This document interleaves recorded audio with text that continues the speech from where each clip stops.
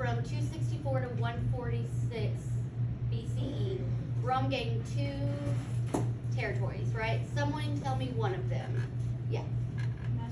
Macedonia is right, and what's the other one? Spain. So you can see on the map, in purple is 264, and in yellow is 146. So we're going by the 2 yellow places, right? Spain and Macedonia. Okay, so we're going to review what caused the fall of the Republic. So let's set the stage. They go to fight the Carthage Wars, the Punic Wars, and when they come back, the soldiers, what's their life like? Yeah. They're poor because they lost all their farmland. They lost all their farmland, they're poor, they're also hungry, angry. Did you say angry? Angry and hungry, right? Say hangry.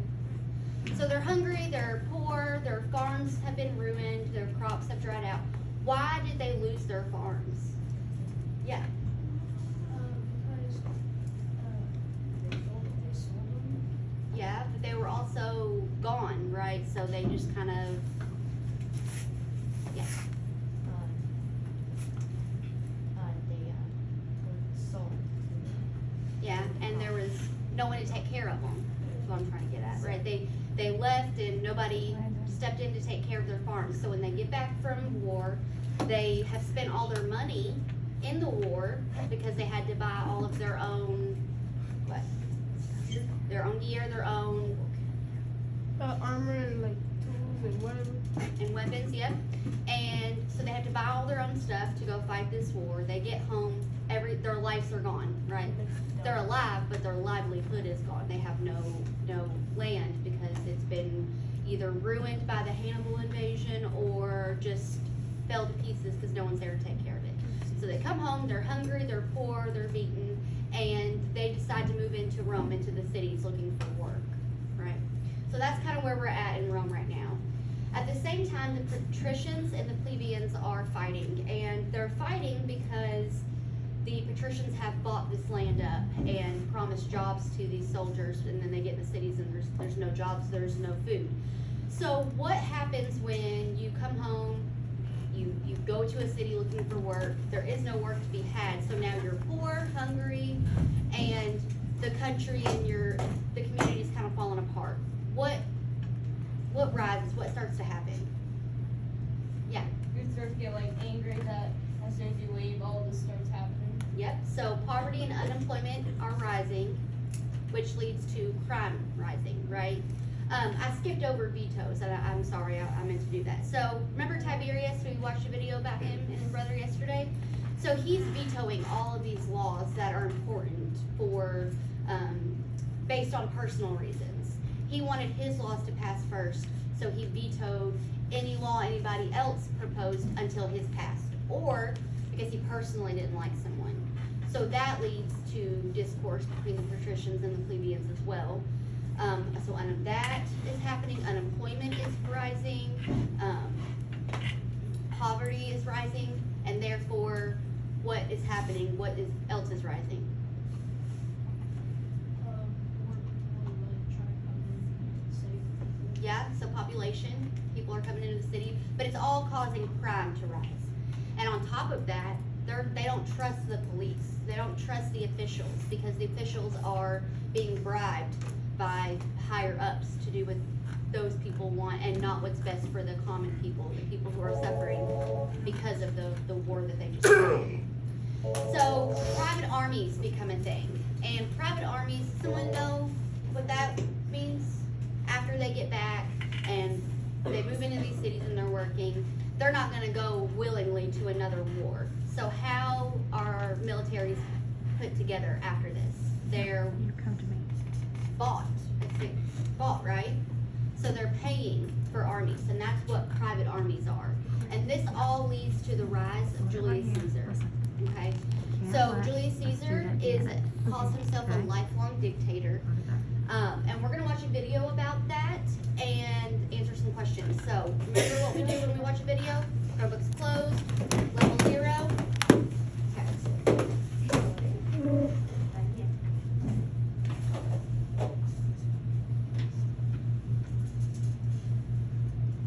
Okay. fall of the Roman Republic. Rome's armies were victorious wherever they went, yet problems were building at home. Dishonest officials stole money, and the gap between rich and poor was growing. Thousands of farmers faced ruin, and the cities were becoming overcrowded and dangerous. At this point, most of the people who ruled Rome were patricians, rich people who owned large farms. These rich landowners ran the Senate and held the most powerful government jobs. They handled Rome's finances and directed its wars. Despite some gains for the plebeians, many people became very unhappy about the situation. These rich landowners used a new source of labor, the thousands of prisoners brought to Italy during the wars. By using these enslaved people to tend their crops, wealthy Romans could force owners of small farms out of business and debt. Why? Many of them had been able to farm because they were fighting in Rome's wars. Others had suffered damage to their farms during Hannibal's invasion of Italy. Moreover, small farmers could not compete with wealthy Romans who were buying up land to create latifundia, or large farming estates. Faced with debts they could not pay off, many farmers sold their land.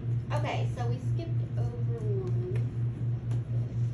So what is a latifundia? Funny word, huh? Yes. A large farmland. Yep, so it says right there they created large farming estates. But who runs these latifundias?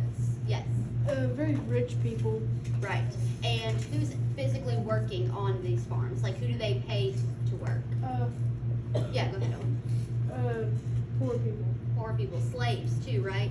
So the soldiers that fought in the Punic Wars bring back slaves that they won battles, bring back slaves, and the patricians are paying or forcing these slaves to work on these latifundias. Estates. Faced with debts they could not pay off, many farmers sold their land and headed to the cities, desperate for work. However, jobs were hard to find. Enslaved people did most of the work. If free men were lucky enough to be hired, they earned low wages. These conditions created widespread anger. Roman politicians were worried about riots breaking out, but they quickly turned the situation to their advantage. To win the votes of the poor, they began providing cheap food and entertainment.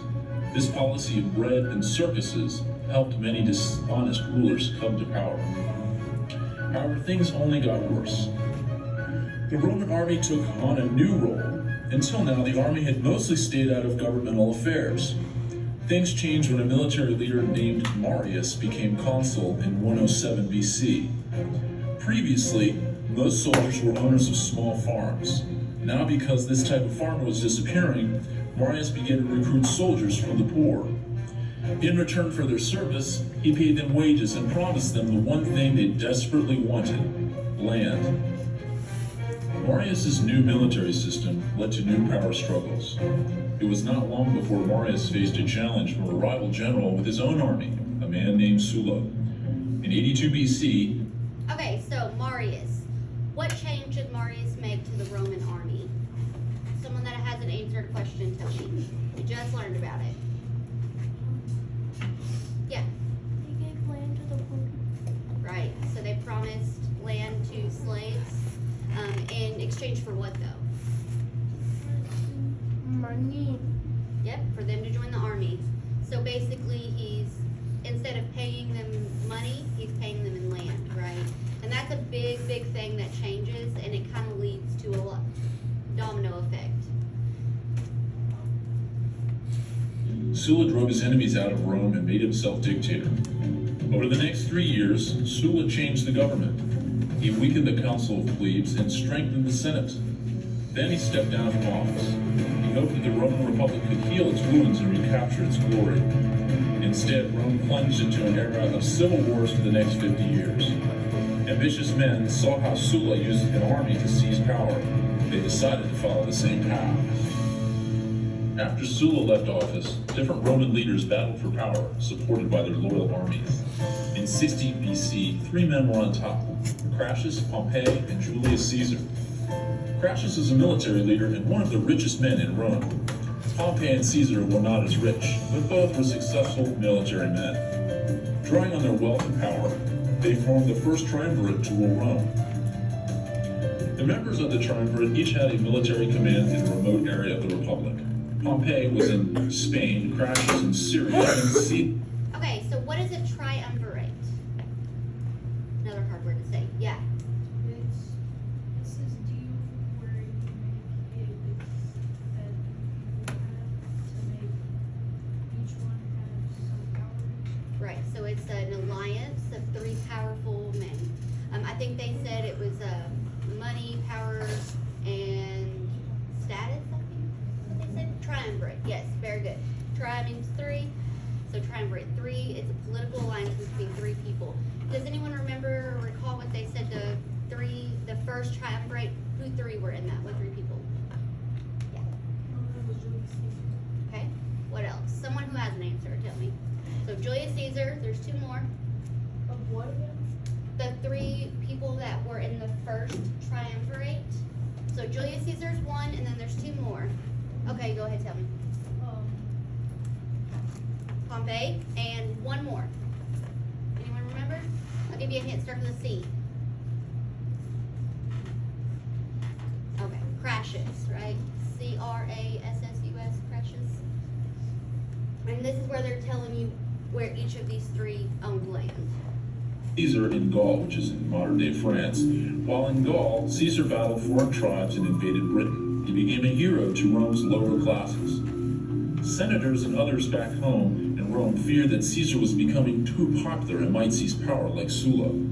After Crassus was killed in battle in 53 BC, the Senate decided that Pompey should return to Italy and rule alone. In 49 BC, the Senate ordered Caesar to give up his army and come home. Caesar faced a difficult choice. He could evade the Senate and perhaps face prison or death at the hands of his rivals, or he could march on Rome with his army and risk a civil war. Caesar decided to hold on to his 5,000 loyal soldiers. He marched into Italy by crossing the Rubicon, a small river by the southern boundary of his command area. By doing so, Caesar knew that he was starting a civil war and there was no turning back. The phrase crossing the Rubicon is used today to mean making a decision that you cannot take back.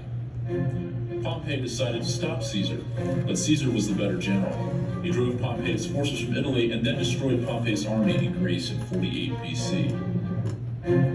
In 44 BC, Caesar had himself declared dictator of Rome for life. This broke with the Roman tradition and allowed dictators to hold power for only short periods of time. To strengthen his hold on power, Caesar filled the Senate with new members who were loyal to him. At the same time, Caesar knew that reforms were needed. He granted citizenship to people living in Rome's territories outside the Italian peninsula. He started new colonies to provide land for the landless and created work for Rome's jobless people. He ordered landowners using slave labor to hire more free workers.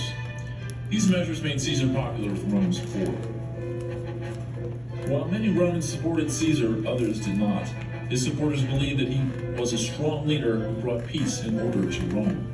His enemies, however, feared that Caesar wanted to be king. These opponents, led by the senators Brutus and Cassius, plotted to kill him. Caesar ignored a famous warning to beware the Ides of March, March 15. On that date, in 44 BC, Caesar's enemies surrounded and stabbed him to death. As a result, several civil wars broke out, and the Republic soon crumbled after that. Now that you have learned about the fall of the Roman Republic, answer these 5 following. Okay, so why was Julius Caesar so popular amongst the poor? There's a few answers here. Yes. Because I'm sorry. Yes, but he gave them a few different options and a few things that others hadn't, right? So the Civil War is how he took control, and it's what happened after he killed him. But why did the poor like him so much? Yes.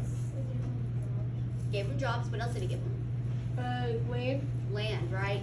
So he was expanding territory and giving poor workers that were not slaves but free men land, and telling the landowners that owned these farms to replace the slaves with free workers so that his citizens could earn money and a living.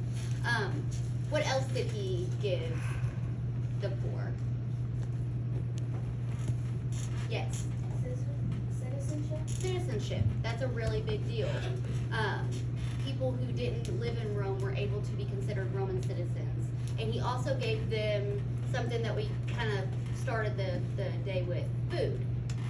Remember we talked about food was a big driving factor. It's kind of what led to all the crime because crops were dead. Okay, now why did Brutus, Cassius, and others kill Julius Caesar? Yes.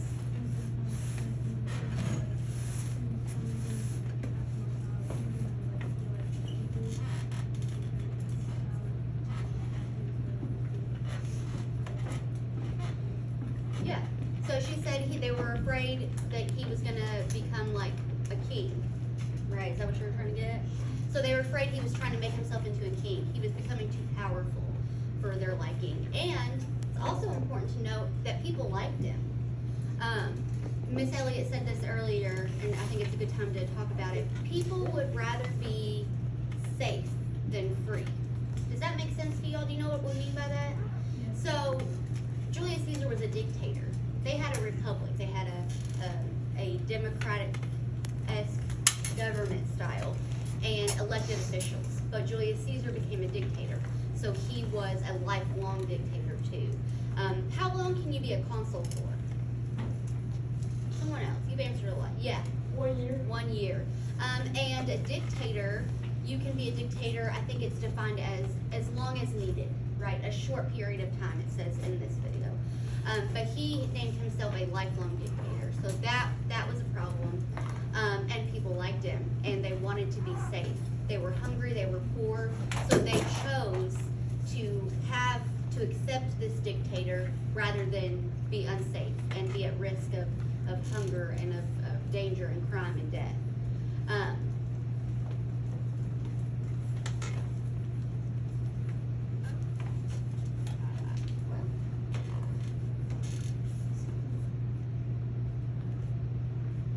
So historians believe the fall of the Roman Republic started in 59 BCE when Julius Caesar, Pompey the Great, and Marcus Licinius Crassus formed an alliance to rule Rome. And we learned about what was that alliance called?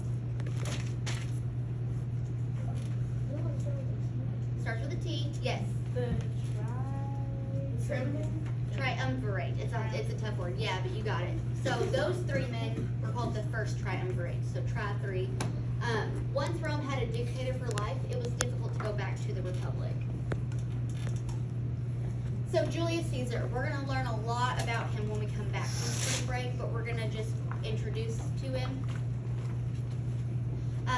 When I start this video, I'll stop it.